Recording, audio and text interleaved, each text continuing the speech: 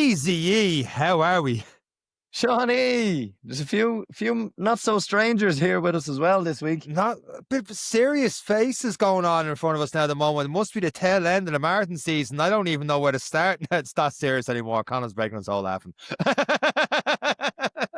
Connor, we're coming straight to you because you won't stop laughing. How has tapering started for you now that we're recording 2.5 weeks out from the Dublin Marathon? No, not yet, but I'll probably do a week tapering. But as we know, like my training block hasn't been as long as Shane or anyone else. Like, it's actually been half of that. So I think I said in the last episode I was sort of going to extend the long runs and then start to shorten them down. Yeah, that's what I've done. So 2 weeks ago, I had a 3-hour run on the plan.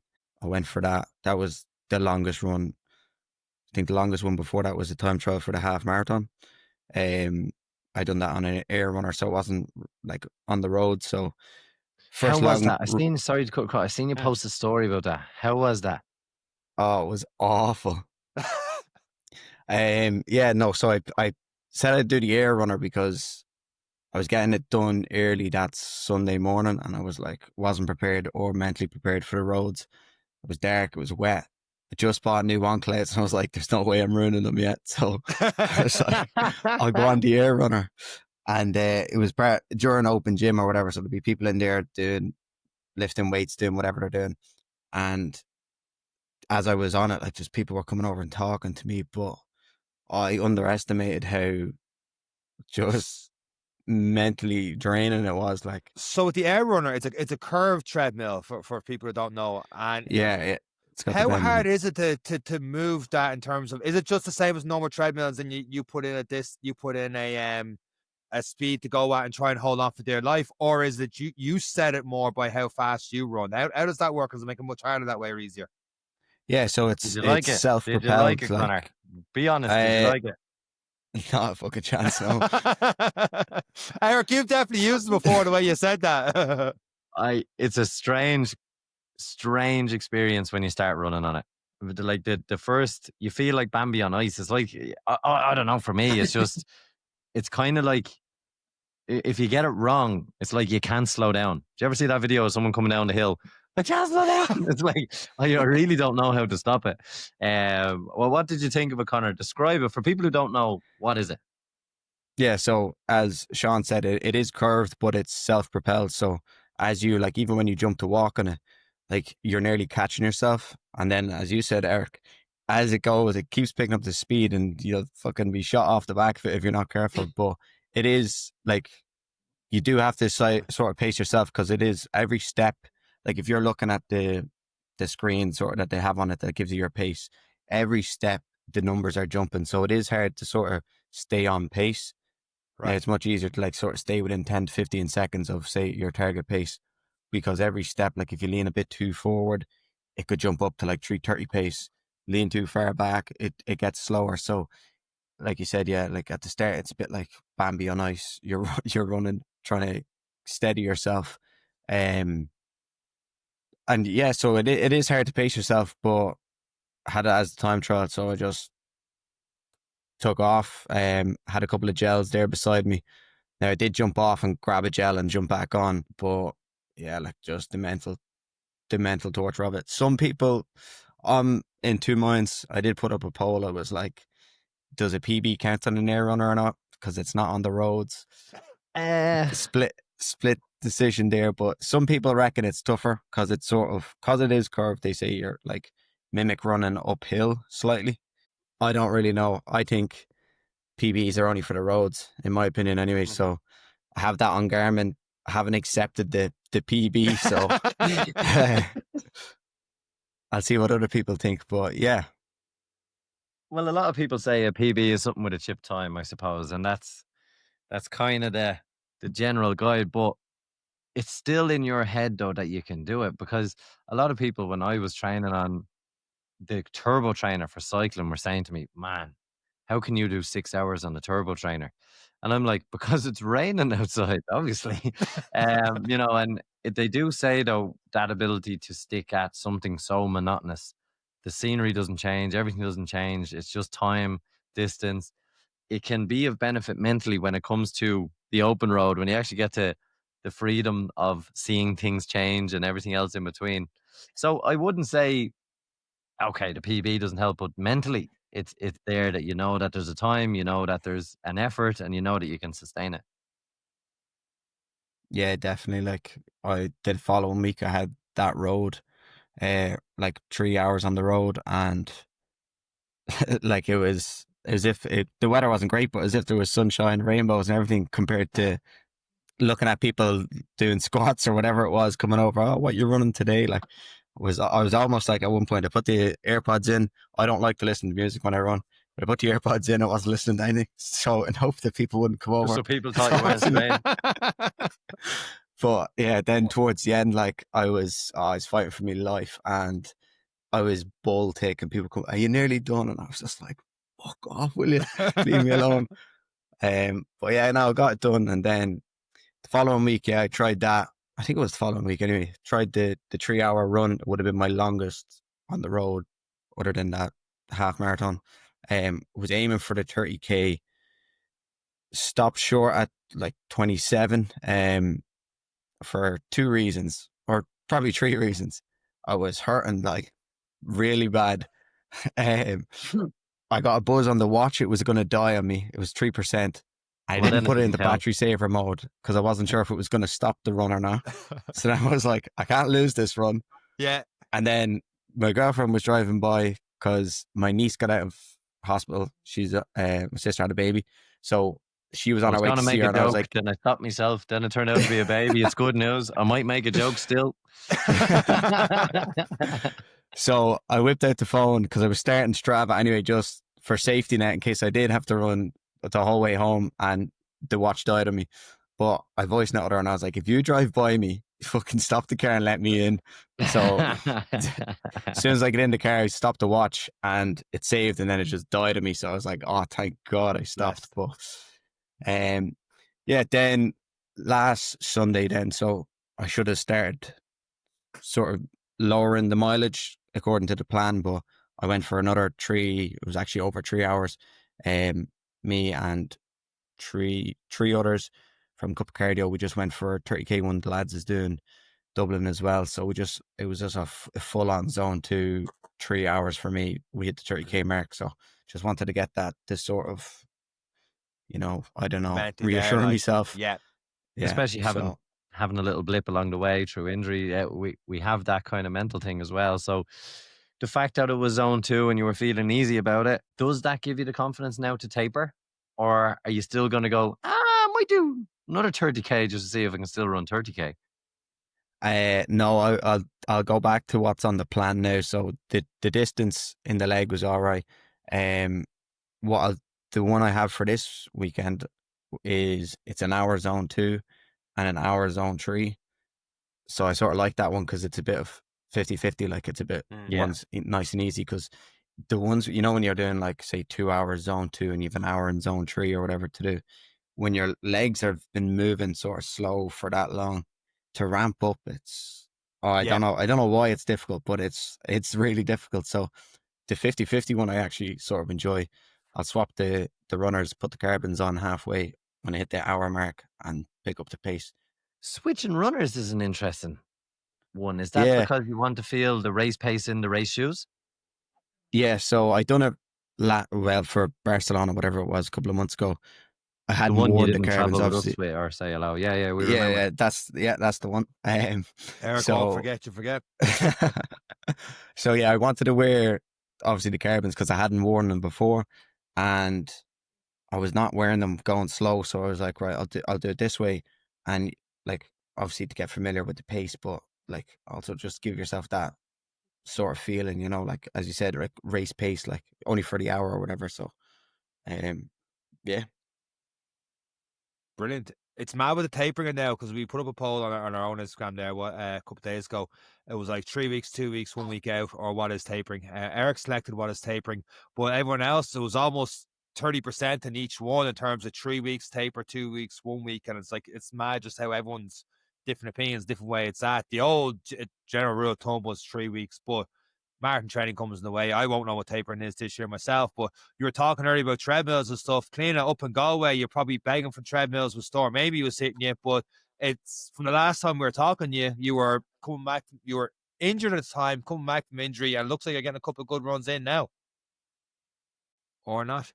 Nah, Cliodhna, I can't hear you. You're on mute. Yeah, I know. Sure. I copped that very quickly. I was just looking at these blank faces going, oh, I've done something wrong here. We promised You we can always would leave rely that on me in. to do something stupid. It's late yeah, enough to so- edit now, Cliodhna. Stop me staying in. Oh, okay. I'll start that again. So, Sean, yes, I was injured. Yeah, I was minding a hamstring, which is still sore, but I'm able to run without it getting any worse, and it's not stopping me running. So the physio had kind of explained, I think I mentioned the last time, that it may move, sometimes it kind of migrates or moves towards the tendons, and you can have pain, but it's not actually doing any further damage. So I've 2 weeks done of full running. Up until 2 weeks ago, I was still substituting some of the runs for bikes. Yeah. But I did the Charleville half marathon a couple of weeks ago, kind of off the back of half running, half cycling for the 3 weeks coming into it. And that went well. I was quite sore at the end of it. Like, I hobbled for the cool down. I actually had to cut the cool down short because I said, if anybody sees me, like, I'll just be arrested. I was just horrendous looking, hobbling around the place.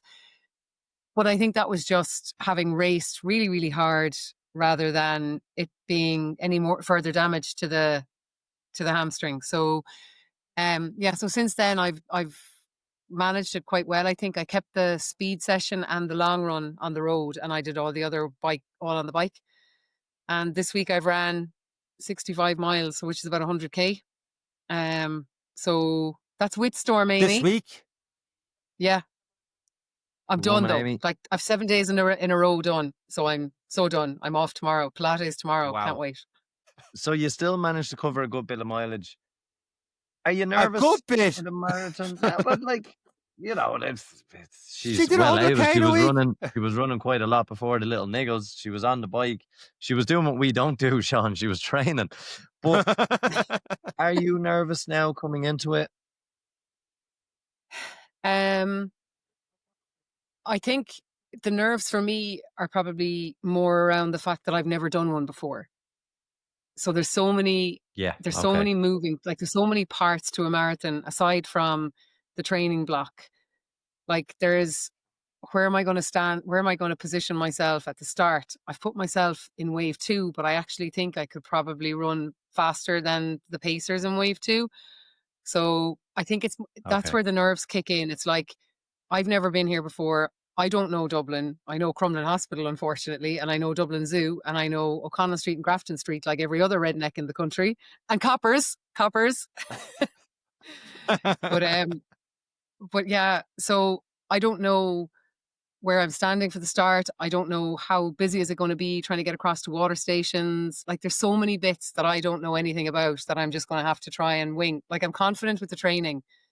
I'm good. I'm in good shape. I have a plan A, plan B, plan C. You know, if things go well, one time. If things don't go so well, it'll be another time. If the arse falls out of it, it'll be a slower time. But it's all the other stuff that kind of is where the nerves are. Yeah, I suppose, because you can't train for a lot of it. And then there's obviously what we kind of take for granted, having done a couple, is everything you've said. And a lot of people are going to take a lot of solace in that. Cliodhna, what are you doing to help research what's involved in the day, the start line, the wave, what do I need that morning? And I say this because myself and Sean have stood there hugging each other on the start line because we never brought a bin bag or a jumper to keep ourselves warm. Or there's all these little things you learn in your first marathon, and hopefully we've saved you a mistake. But what else are you doing to kind of, I know that the element of what if, the big race, I don't want to let everyone down. I've been training, I've been on a podcast talking the big talk. But what is the plan to kind of settle those nerves? Don't talk to Eric the week of, number one. Number two, what is the other stuff Yeah, as a first absolutely. two marathoner? Block Eric from Instagram anyway, for starters. Yeah. Good solid. I suppose I've asked one or two people one or two questions, but you kind of have to be careful. I'm sure you found the same, that like the more people you ask, the more variety of answers you're going to get. And it's sometimes that can even leave you more confused or more in the dark. So I guess I'm just going to have to try and School of Hard Knocks. I've listened to a few of the pre-marathon podcasts that you guys would have done last year as well. I've kind of gone through back catalogs of couple of podcasts like that and listening to people who really know what they're talking about and trying to garner a little bit of information, a little bit of knowledge, because I am one of these people who does like to feel like they've done something to try and help. There's a local runner in Galway. Her name is Jane Ann Meehan. She would have I think she placed in the top 3 in the Dublin City Marathon in the last 10 years or so. She's a physio. I've been doing Pilates with her, but she actually did a talk. She did a 1 hour kind of a ask me any question you want about the marathon. And that was actually really, really good. She's a fantastic runner. Yeah. She walks the walk, she talks the talk, and she, like, even the things about like how to hold the cup so that you can run at your marathon pace and not splatter water all over yourself. And even I've she, seen even that things one as like well. not She letting gave you, the little top yeah, tip on how to fold it, and it was yeah. brilliant. What is And then that? like I'll send you. Caroline shared it as well. Caroline has it. It's like you fold the cup. I'll send you a video. Yeah. You fold the cup and you stick your finger in at the Oh, top and you turn it into a funnel, so it only comes out at one point rather than the whole area or the whole circumference of the cup being up on your face. okay. Um, Because it and is even mostly things like she cups, was I saying, just think. yeah, loads of cups. I think she was also saying things like just something simple like if you have Lucasade Sport in a cup and that falls down the front of your top, that's that's potential for chafing. So things like that I suppose she's learned the hard way. So that was really, really beneficial and really, really helpful. So I think I'm happy with what I've gotten, and the rest is just going to have to be School of Hard Knocks. Cliodhna, have you heard anything so far from all your listing different things of any contradictions and stuff? Like one I saw this week online was there was people arguing on whether the Dublin Marathon is a downhill or an uphill start. Which blew my mind because I think it's almost uphill for the first 10K, straight to Castleknock. I know there's a small bits of downhill in it, like you're going down the hill heading towards the Keys, but the exception of that small little downhill, it's like that stony batter climb. It might look on the map, that's a climb. It's a climb to the Phoenix Park. And I was mad seeing that the contradicts like that. Have you seen anything true what you've listened so far, trying to absorb as much as you can for your first marathon? And you're like, oh, dude, these things are contradicting each other. I'll have to make a decision call on this. There's probably, do you know what's incredible is the amount of people who ran a lot of marathons who clearly aren't fueling properly. Like that's one I just can't get my head around at all. The amount of people who like people talk, like I was talking to somebody recently and they ran the Charleville Marathon with one gel and they totally faded kind of in the last kilometer. I'm kind of going like that's like, and this person is That's fast. Like this heroic. person That is is. pardon? That's heroic. One gel. My Yeah. God.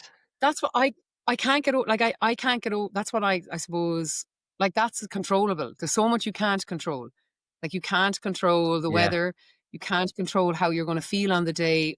If you're unwell, you can't control how well you're going to sleep really, but you can totally control being fueled and maintaining your fuel and your glycogen stores. It's just so that's fast. Like that blows me away. And then people's pacing strategies. That's kind of an old hot topic as well, isn't it? How you pace your marathon. That's a minefield. And changing the plan early doors can catch people as well. So, everything feels easy when everything is at the start and everyone's all high fives and hand slaps and you're in the What? crowd and stuff. And you think, like Sean, I'll just run a bit faster. And then, sure, when I die, I die. Yeah. I mean, to Connor's point there, I find that when and he is right on that, even though he slags me over, I find once I'm at one pace for a long period of time, then that's me. Like I said there a second ago that the first 10K is uphill.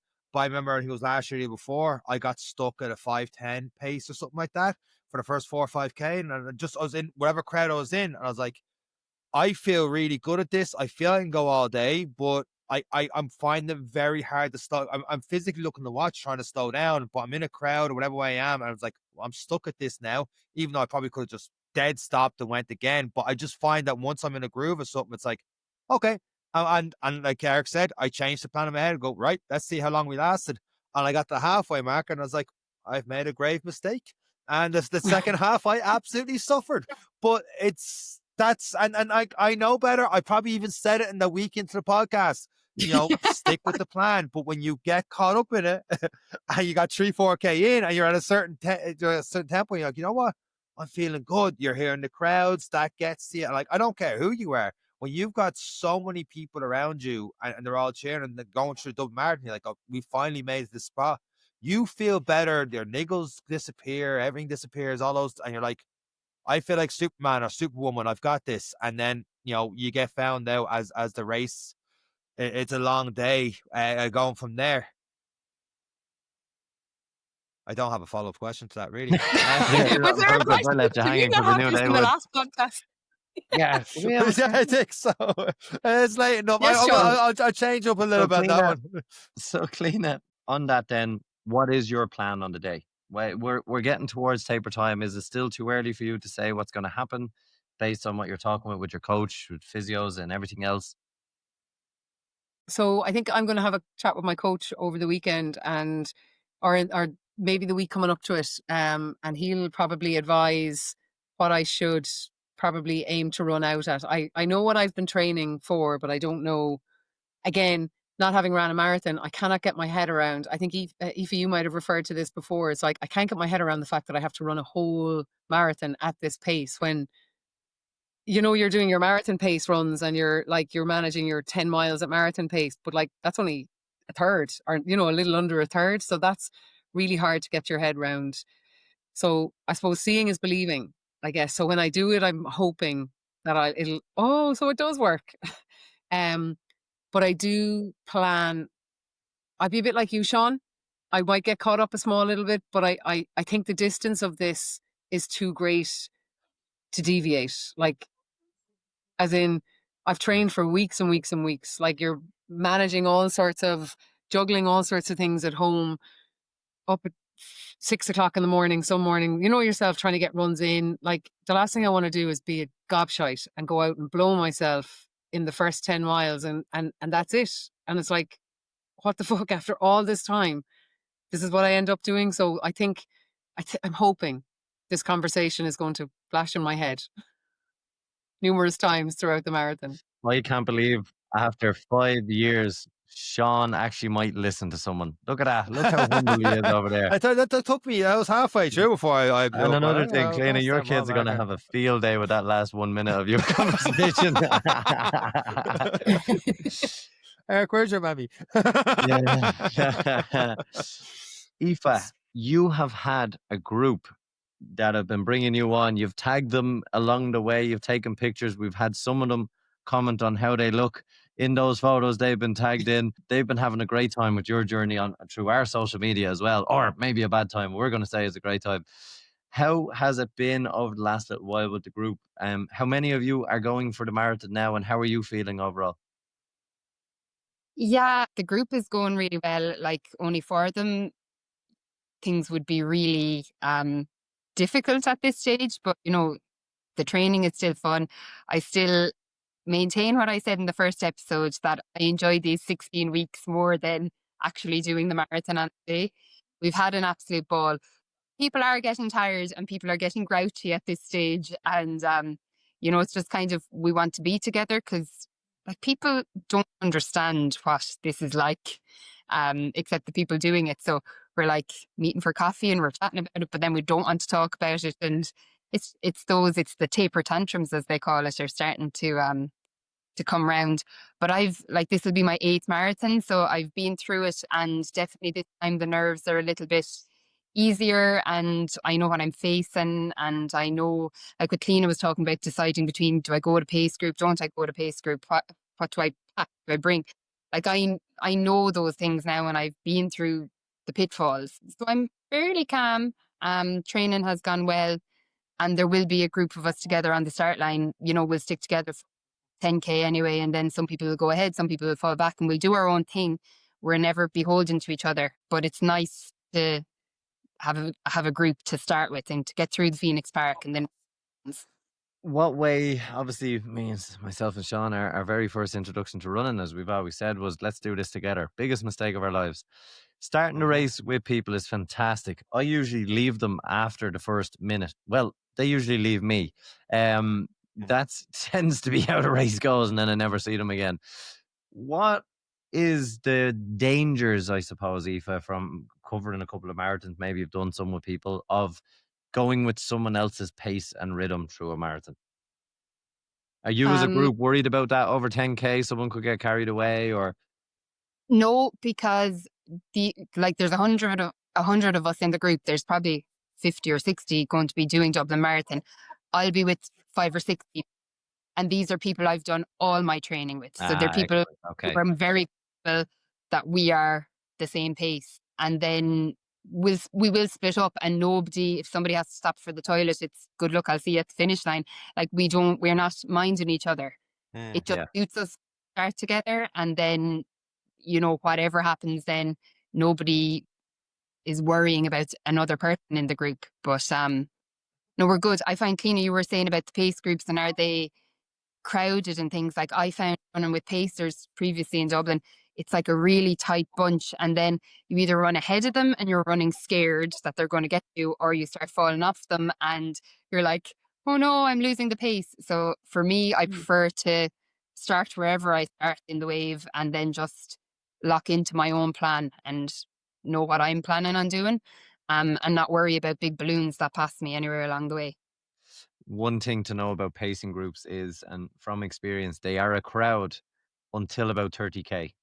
And then there will probably be around 30 to 40 people running with the pacing balloon, depending on the balloon. For anyone, it was always 2,000 people with the balloon. And then as soon as you hit 27, 28K, I don't know where 1,000 people go, but they disappear.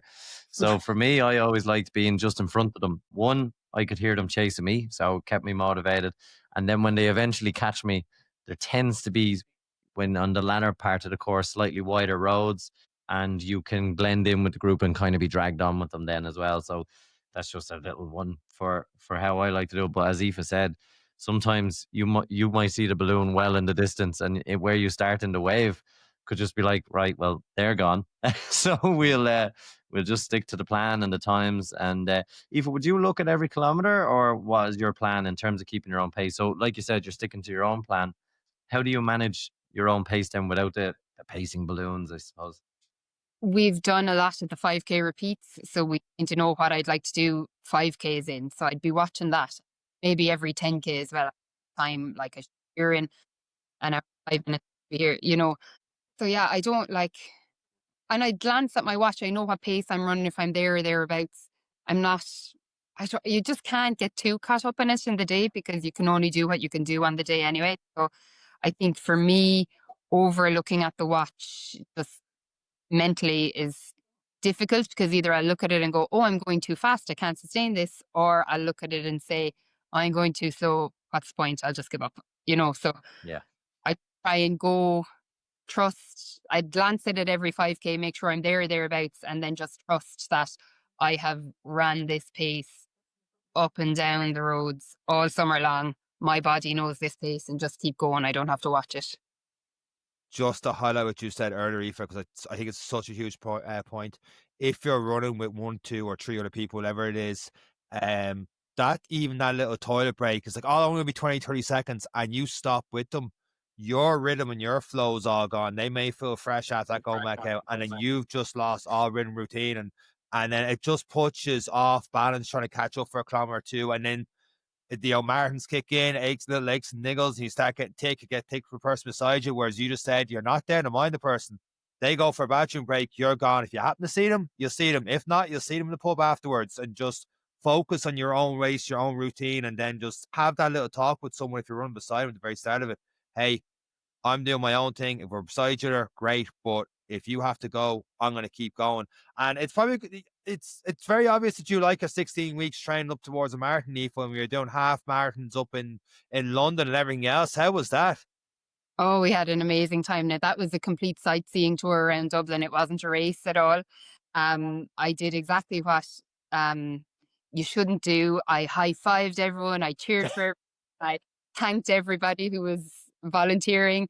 and had an absolute ball and stopped on Tower Bridge and took some photos. Like, it was brilliant. So, it's nice to throw in an experience like that, a running experience that is no pressure whatsoever. Afterwards, I was kind of like, why in God's name are we killing ourselves chasing time for things when we could just run around London for fun in a half marathon, and have a great time. But I came back to earth after that, and we went to Kilkenny the following week and did the 30K in Kilkenny, and that was like marathon pace for the 30K, and that went well. So, each step is a boost of confidence, and it's another experience, and you try out the race shoes and the race t-shirt and the race shorts, and what you're going to wear. It's all practice and it's all positive. Aoife, mentally for you, because you're going for a time this time, am I right? Yeah. How was it to stick to a pace for 30K and know, okay, I've got 12K left? How are you feeling mentally on that? How are you seeing the benefits of the training? And similar question to I asked Conor earlier, are you happy now to begin this taper that they all tell us about? Yes. The training has went surprisingly well. I didn't think, I talked back in one of the early podcasts about we have to trust the process, because these 10-mile runs, these 12-mile runs are feeling really hard, but it is going to be okay in October. And I was saying it to myself in hopes of trying to make it set in, but I didn't really believe it at the time. I was like, oh, this is so hard. But yeah, no, the last few weeks of training, it has been very positive. So I am hopeful that things will go well, but you really don't know until you cross that start line what's going to happen. 2 years ago, the really rainy year in Dublin, I remember that week, I was starting out with some of the girls, and I was, things to chat about that week, and I was like, I won't text him now, I'll wait and we'll have a chat about that in Dublin, something to keep us entertained. And we crossed the start line, and I lost the head totally from the minute we started. And when the girls was like, she's not talking. Why is she not talking? Aoife's always talking. There's a problem. And it just went kaput from the minute I started. Like, it just wasn't my day. So then last year, everything was plain sailing the whole time. So you really don't know what you're going to get until you get moving on the day in Dublin. But like Cliodhna said, you have a plan A, B, and C. And if it's going well, you hope this will happen. And if it's not going as well, there's alternatives to still have it as a successful day at the end that you can be proud of. I think it's really cliche, but they say, like, the training is done and the marathon is the victory lap at the end. And just, whatever time you do finish in, whether it's your goal or not, like, to get that medal on the 26th of October is what we all want. And we're all going to get the same medal no matter what time we do. Absolutely. Before we hit the record button this podcast, we're doing lots of maths and stuff there with Shane, and is doing a 16 by 400. Aoife was saying, no, just do 4 by 4, 400 times. Eric was saying, shut up, it's too much maths to everyone. Conor wasn't saying too much. Cliodhna was offline. And Shane, Cliodhna was 19 minutes late. That's the only time that mattered. The only time that mattered. Shane, you were doing a bit of running. Yeah, I suppose last time I was on the half marathon race and confidence is a bit low, but delighted with how I bounced back the last 6-7 weeks. Put in a real shift the last 6-7 weeks, and last week was my peak weekend. Put in 124K last week. Jesus. And Sunday long run, done 3 by 7K at marathon pace, and it went pretty well. You kind of have those sessions where you think you're nearly on the cusp of something good, and I think I'm on the cusp of something good, hopefully. How long did it take you to get back to that feeling, Shane? Having come through, obviously, a bad experience in a marathon, was there any element of you afraid to push a little, or did you just take it back a little bit? What was your process from there to being in, let's call it a spade here, you're in good shape to give it a go? Yeah, like, I was very annoyed. Probably affected me more than I let on. I never stopped believing. I just had to get it back out there. Started off again with the 100K week, and then I went 100K plus for 7 weeks in a row, and I'm gonna start tapering now. It's just about trying to, like, Kevin said, just don't be down. You just need to get on with it. Pretty much what I did. Just get on with it, keep going, keep believing, and I think definitely I'm on the right direction now. Did you change anything in them 100K weeks? Did you did it turn into a little bit more easy, or did you keep to the plan, or what way did you tackle that? Because obviously we're talking about we're going to the hospital after a race versus it's only a few weeks later and we're peaking. People are going to be going, this fella's nuts. I would have given up on my marathon journey in the hospital.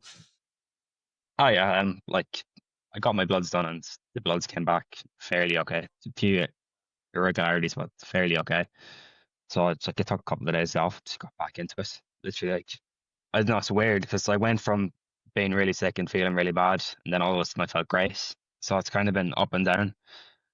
It's like, well, I think it's all like I went 5 weeks, I had a great training. Then I went like 3 weeks down where I was sick, and then I went like another 7 weeks. So it nearly helped me to kind of getting sick, to be honest. It got a bit of recovery time. Okay. Yeah.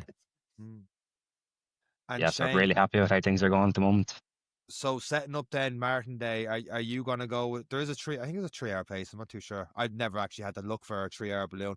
Are you gonna set up with a 3 hour balloon and get a little bit in front of it, like Eric would say for his plan, or how are you approaching the start of that? I think so, yeah. I think the biggest mistake I made in Vienna was not going with 3 hour pacer, because Vienna I went out on my own and I was running 415 kilometers, and on my watch I went through in 1:29:30 the first half, but officially I went through in 1:30:30. So my GPS is about 100 meters out. So that kind of Ooh. fucked me up in Vienna. So I didn't really realistically know what kind of pace I was running at. So this year I think I might go out with a 3 hour pacer. It'll give me a better idea of what I'm actually running, because yeah, don't trust your GPS watch. It's not accurate. And the real benefit of that is it takes the thinking out of it. Now you're not thinking, should I do negative split? I know you've got Kevin English there as a coach, a fantastic coach who's done unreal marathons in the past, but you're not thinking, right, is a negative split a good idea? Do I take into account going up the first 10K up those hills, up through Castleknock and everything else we talked about earlier? It's just, I got to hang on with this pacer for 2 hours, 59 minutes. And if I do that, the mission's complete. Yeah, like I'd imagine we're going to aim to go through halfway and probably 1:29 high, and maybe try and run a negative split. Like I'd take 2:59, but to be honest, I think I can run quicker. But like as I said, I'd take 2:59 rather than running 3:01 again. Like yeah, Sounds like you're going to decide at halfway mark whether we're going to go take it up somehow in other gear. yeah. Like with that, you need to be very careful, like because you can end your race very quickly. Like even like for example, maybe stay out to 3 hour pacer up to 20 mile and see how you feel. But we haven't made a solid plan yet, but I imagine we'll be talking soon and see what the crack is. Shane, fueling your race is obviously quite important. How much practice have you put in at pace? Because for me, when I'm plodding along, I could probably have a packet of crisps and 3 pints. You're working a hell of a lot harder than I'm working down the back. How do you find? Yeah, I actually just pick up the paper cups after everyone on the way around. When you're trying to pace, obviously your heart rate's a good bit towards the latter stages. You're working quite hard. When you're going that quicker, you tend to reach the higher heart rates quicker than we would at the back. I try and keep mine lower, but for obvious reasons. When you're fueling, how do you practice fueling for those? Because sometimes the difference in that minute or 2 minutes at your end of the stick could be getting that nutrition right on the day. Yeah, so what I'm planning to do at the moment is take a gel every 6K. So I'm on the Morten gel 160s. So what I usually do is I usually open up the gel around maybe 500 meters before the K mark and start taking it. And I'd usually have it done then before the K marker hits. So I'd have the gel in, like for example, I'd take it at 5.5K and have it the gel fully taken before 6K. So I'd have it all over that 500 meters. And yeah, take 5 or 6 160s on the day, and it's adds up to about 80 grams of carbs an hour, like the loss. But I think in Vienna I kind of faded a small bit in the last 10K. I was taking gel 100s, so I've upped to the 160s this time. So I'm hoping it gives me a bit more in the last 10K than I had in Vienna. Hopefully we'll wait and see. Shane, what is your biggest is fueling your biggest worry now for this 3 hour marathon? Talking about failing before, Failing 301's not failing. no, I didn't say failing. Fading is what I meant to say. Fading near the end of your 301 in Vienna is fueling your biggest worry now leading into Dublin. Don't think so. I think I'm fairly calm, to be honest. I trust in my training. Like when I've ran my best marathons, I've been laughing and joking on the start line. I've just been really, really calm. I think that's the best way to approach it. Like, you're going to start freaking out. You're just going to derail your whole race. So it's just about staying really calm. I'm not going to worry about too much at this stage. The work is done. It's just about resting up and freshening up now, really. I tell you where there's plenty of abuse and laughing down the back beside me, Shane. I don't think you want to be there though, but you'd be nice and calm. I guarantee you that. But it's no, it's really good, and it's been impressive to watch your stories. You've been posting quite a bit and quite open about your training, which has been great for people. When you look at training individually, training with club, am I right in saying you've done a lot on your own at your paces? Have you found any running pals who can pick a pace with you to get a few sessions in with, or still mostly on your own? I've done the majority of training on my own. Like, I done that 3x7K on my own, and it was okay, but like, it was torture. It was tough. Like, I hit the splits on the first 2 7K reps, and the last 7K rep I faded a small bit, but it was kind of good practice. Like, I was going to drop at a 5K, but like, I hung on for 7K. Like, it's good practice. Like, at some stage you're going to hurt in the marathon.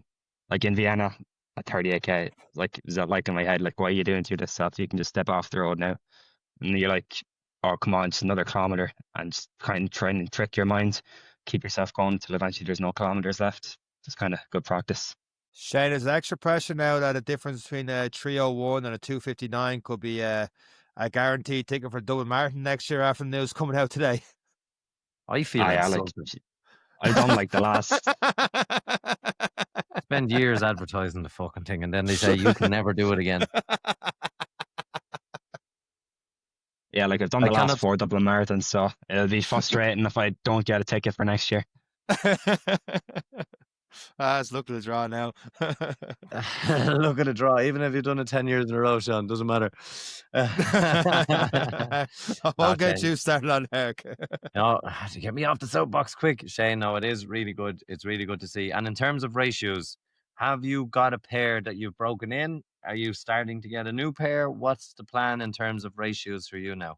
Because obviously, yeah, when you're at the pointy end, the carbon being fresh-ish is going to make some sort of a difference. So science is going to tell us. Is that something you're considering? so I've had the Adidas Pro Evo for a while now. I never used to do any workouts or any long runs in my race shoes, but that's something Kevin English has told me to start doing. I nearly do all my workouts in my race shoes now, and like the marathon pace long runs in my race shoes. And to be honest, I'm going to use the race shoes that I'd use for my long runs and workouts. And like, they're probably maybe 10 weeks old at this stage, but look, I'm not going to buy another pair at this stage, 300 euro, and there's not going to be much difference, to be honest, I don't think. So yeah, I'd stick with them and they'll be grand. And it's another element of comfort and confidence. Yeah, definitely. I'm hearing They're a lot not lately cheap. about these Pro Evo runners, Adidas, out of nowhere. Because you don't really hear Adidas much with running. It's always Asics or the Nikes or that kind of thing. To be But all of a honest, sudden, I these don't Pro really like them, Evos- but I've trained in them now, so yeah. There goes the €1,000,000 I was going to get. Thanks, Shane. So I'll be changing them after Dublin, I think. Well, 2.5 weeks ago, Conor, coming back to you, is there any big fear, or apart from that, there's not, is there any word of advice you'd have for people listening that are doing the Dublin Marathon 2.5 weeks time? Don't do a podcast and lead up to it. Yeah, don't put yourself in the deep water. No, just listening to Cliodhna talking about, like your pace and stuff. What actually worked really well for me in Barcelona. Now, I seen people doing it as well, but I got a marker and wrote like at the different milestones, say 5, 10, 15, 20, the whole way up, and what my overall time should be to be on target for whatever my goal was. I think it was 3:30. That worked really well for me because, as you said, sometimes you look down, maybe there's a slight decline and your pace is up a little bit, and then you might be like, oh shit, I better slow that down. But rather than looking at it every time you look and say, or every K, I would just look at the bigger picture. So even if I was, say, over on the 5, fast enough on the 5K mark, I know then you have a bit of a buffer there for the 10K or whatever, the kind of way that worked well for me. Now I did see people with it, like officially sort of, like that sort of print on their arm. Yeah. So that was obviously work better than the marker, because the marker was fading as I was running. But yeah, that really worked well for me. And again, it sort of takes that maths out of your head, if you're like, Jesus, if I run at this pace for the next 3K, what's that going to get me? And you're running, and the maths is never right. So that sort of just takes out the guesswork. So that's what I'd I'll be love to doing give again, you anyways. I'd love to give you an old Casio Connor and put a countdown timer on it. As soon as you hit start, you better run for your life. You better be under when it gets under. You know, it's a different kind of logic, but the same system, I suppose. But it's is it again coming with a little bit of experience, having done one or two? Are you nervous about pacing, or are you just going to feel it out and how it goes, and then whatever happens, or what is your plan? Are you getting into the fine nitty-gritty, or just stick to the plan? And if I have more, I'll try in the last 10. Yeah, it's a bit of both. Like I saw the wave, whatever the start times come out, and how many paces are going to be in it. So in wave 2, there will be a pacer for the 3:30. Now I'd like to stay around that. Could be a bit optimistic considering, I'd say, the lack of training I've had so far, but even maybe stick with them or in front of them for as long as possible, I think is going to be my plan. I've never ran with a pacer before, so it will be different. So hearing what you said, like there could be a group of a couple of hundred people, and it can be hard to stay with them or whatever. Like I might try get in front and make sure they don't catch me, and probably dog it out for the last whatever 5K and just go through a load of hurt. But look, we'll see. Yeah, I think it'll be stick with the pacer anyway. Another reason to run in front. Now, everyone else listening, don't do it, because otherwise I ruin the advice for Connor. If you stay in front, you can run the racing line a little bit better. If you're in the group, if you're on the right hand side of the group and the group goes left, you've already added in another couple of meters on this corner, another couple on that corner. So if you're in that kind of lull in front, you can actually take the shortest route. So instead of running 42.6 like some of us do, it's you might save yourself 400 meters in a couple of seconds for that 3:30 as well. So it's something to think about for those who are trying to pick up a nugget or two from this episode. But yeah, it's going to be good. That's definitely a Sean technique. The 3:30, hold on for as long as it can and see what happens. It's going to be interesting to see how it goes. It worked at Barcelona. It's not worked for me in Dublin. But to your point, Connor, I was in Barcelona the last couple of K going 3K, 5, this pace here. I can go down 5, 10 pace. I might just make it. But then the problem with that then is if you don't do what you did, you're thinking, what time did I actually have here rather than going off the watch? Because like Eric just hinted there, the watch is not accurate. And 400 meters doesn't sound like a lot. But if you're going for a 3:30 time and you've only got a minute or two left and you don't know what the finish line is, 400 meters can seem like 5, 6K away from the finish line.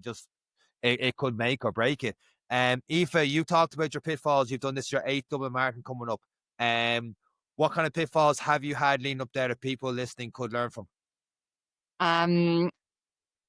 Be ready for the stickiness at the Lucasade stations, because that's hard. And we're not ready for that. It's disgusting, and it's like shocking the first time you hit that. You stick the ground. Yeah, it's really so for first time marathoners, be prepared to stick the ground. Maybe it's not too bad when Shane passes it because nobody has dropped it everywhere, but when you're back in wave 4, the ground. We need that cup tip for everyone so they don't spill all over the ground for the rest of us fast and shoe later on. Shane, drink it right. Don't put it on the floor. Don't spill, drop. Imagine how I feel trying to sweep it off the floor. I think someone said it's not like, don't panic about sleeping the night before. It's the night before that you want to get a good sleep in, because you probably won't sleep the night before, and don't worry about that. If you're trying to, do I have everything? I've discovered ChatGPT is great. Type in traveling to Dublin for a marathon, staying one night, give me a packing list, and it'll tell you everything you need. So you don't have to panic about, did I forget this? Did I forget that? We're going to edit that bit out and say AGR packing lists. You can find that on our Instagram. Thanks, Aoife. Social media content. Tick. Packing list brought to you by AGR. Download the PDF for $2.99.99.99. Use a packing list, make sure you have everything. It's just the logistics. Like, what am I going to wear? What am I going to eat? If I'm staying in a hotel, is breakfast open early enough? Or do I need to bring something to the room? Throw away clothes, gloves. Like, instead of bringing expensive running gloves, buy gloves for 150 in pennies or wherever that you can dump. Like, just do it. Rest, eat, and run. That's it now for the next few weeks. And I think also during the taper, like, we're supposed to be cutting back, but stick with the routine. If you're running however many days a week, still run that many days a week, but just cut back the quantity and the intensity, maybe a little bit of like the mileage and stuff. But it's still good to get out however many days a week you're used to getting out. I think that works for me. Absolutely. Cliodhna, I know you haven't done a marathon yet, but you've done a lot of races. You put a lot of running in the especially last couple of weeks. Any tips or what you picked up along the way for the people listening in, or anything your word? You know, you talked about some of your fears already leading up into the marathon. I'd be a bit rich now if I gave you a list of things to prepare for coming into my first marathon, wouldn't I? I don't know. It's okay. AGR I has don't know. prepared a list of things.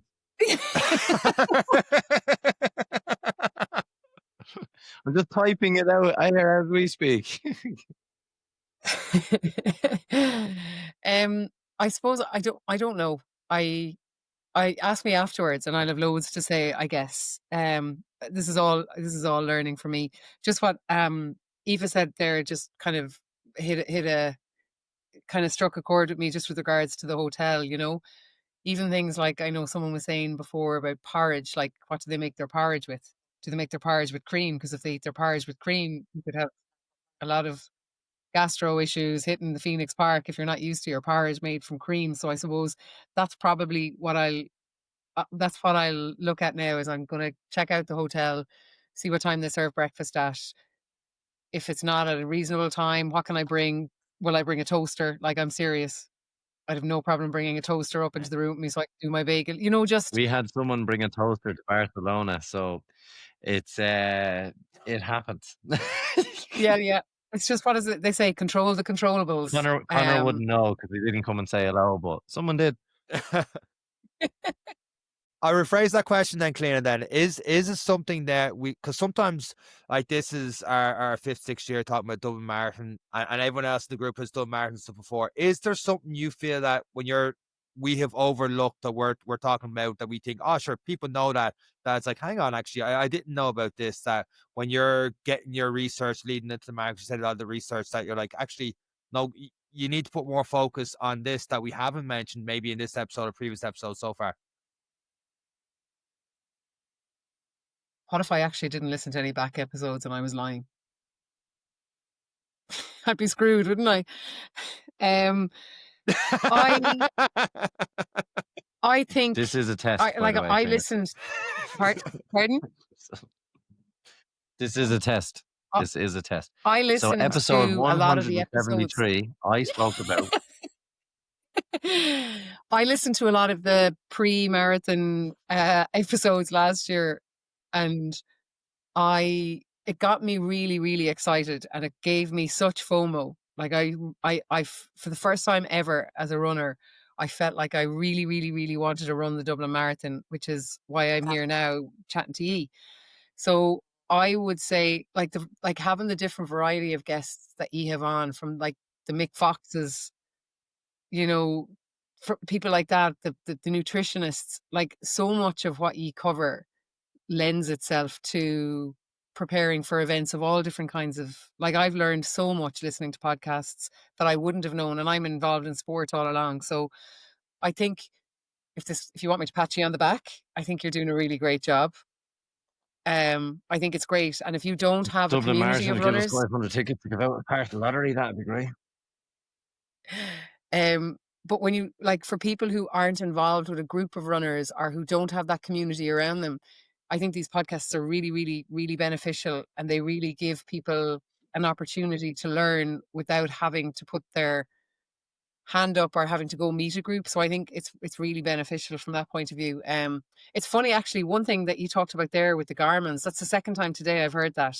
how the Garmin doesn't register very well, particularly in the early part of the Dublin Marathon, and that you can go a bit haywire. So I suppose, like, do you know what? It's a cheat sheet after this you should be writing with all these little bits and pieces. Like, there's definitely something in that. I know you're slagging about your ChatGPT, but there's actually a whole load of things.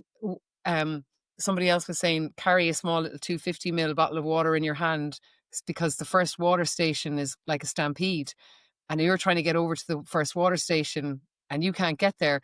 If you have a 250 ml bottle of water in your hand, you don't need to worry about it. You're fine for the first water station. So the small little things like that you hear along the way that are little nuggets that I'll try. If they work, they work. If they don't, they don't. So yeah, I don't know. I haven't probably answered anything you asked there. I just rambled, didn't I? No, but you've said what everyone is thinking. Cliodhna doesn't listen to our episodes. No, it's no, Cliodhna, you've said what most people who are showing up to a marathon are thinking about, and all the things we do, and it is great. You can't make every mistake yourself. Me and Sean have tried, and even still, we can't make every mistake ourselves. And We're up there. Aoife there has done so many mistakes and marathons, but we learn from them all, and the fact that we get to share them, and that's why you guys are here, I suppose, is to try and share the journey, because we have one way of doing it, and that you guys have inspired so many others, and that's the feedback we get from everyone listening, is that they're relating to each one of you in different ways for different bits and pieces that we're all doing, which is fantastic. So I've no doubt many people listening, Cliodhna, are having the same thoughts. They're now packing the toaster, and they're getting ready for the 26th. Shane, any last bit of tips, advice for people?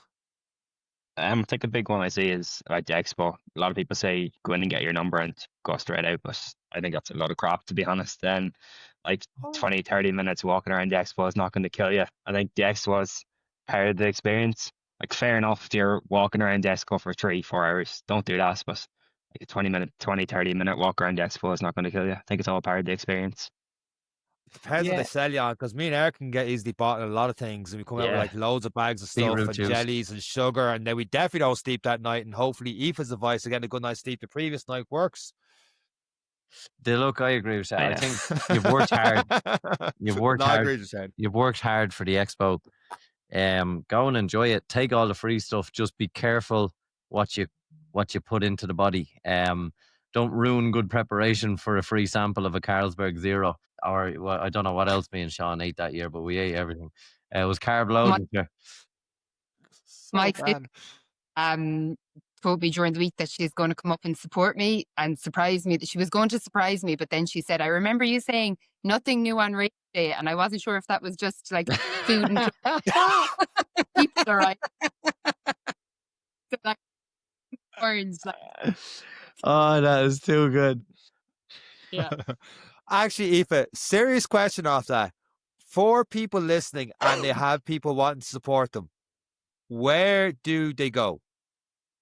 So I think previously people go, like from the group who are supporting us, go to the Phoenix Park when you enter the Phoenix Park, and then they cross the park while we go around and are at the other side of the park.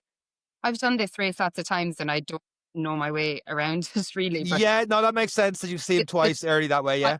Park, and then, like I said to my sister, go to my 22 or 23 where I'm in a hole and I need support, and then don't go near the finish. I'm happy at the finish line. I don't need support at the finish line. And once I go through the finish line, they're going to funnel you through another about 800 and get back to you. So see me at mile 22 and then go back to the hotel and meet me there. Because like there'll be videos of that. There'll be pictures of that from the official photography. I'm happy. I don't need support, and I'm not going to be able to see you straight away anyway. You have to go through the bag drop and everything. That was my advice to my sister.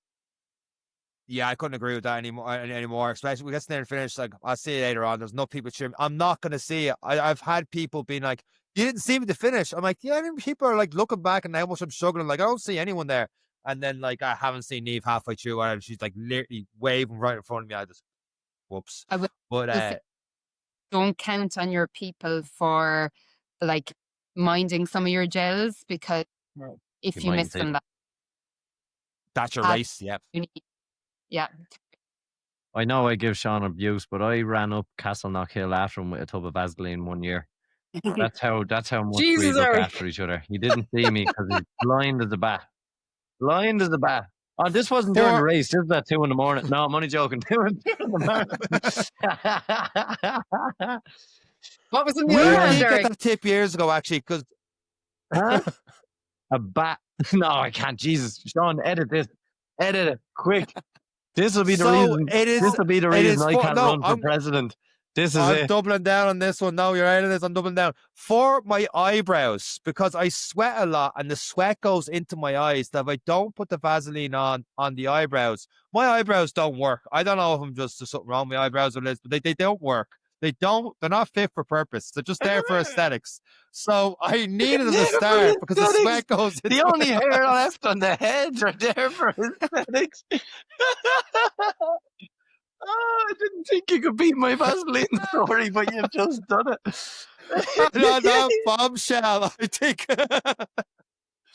Oh God. This Guys, is brilliant. So brilliant. I think on that bombshell, we will wrap up this week's episode, this special episode of the podcast. We will have the 4 of you on after marathon to see how you guys get on. It's a late night. I still got to edit this podcast. So with that said, Cliodhna, Shane, Aoife, Conor, Eric, I suppose. Thank you very much for listening to this week's episode of the Any Given Run Day podcast. Best of luck with the marathon journey. As actually tears come down my eyes. And that's it for the 6 of us. Take care. That's your eyebrows fault.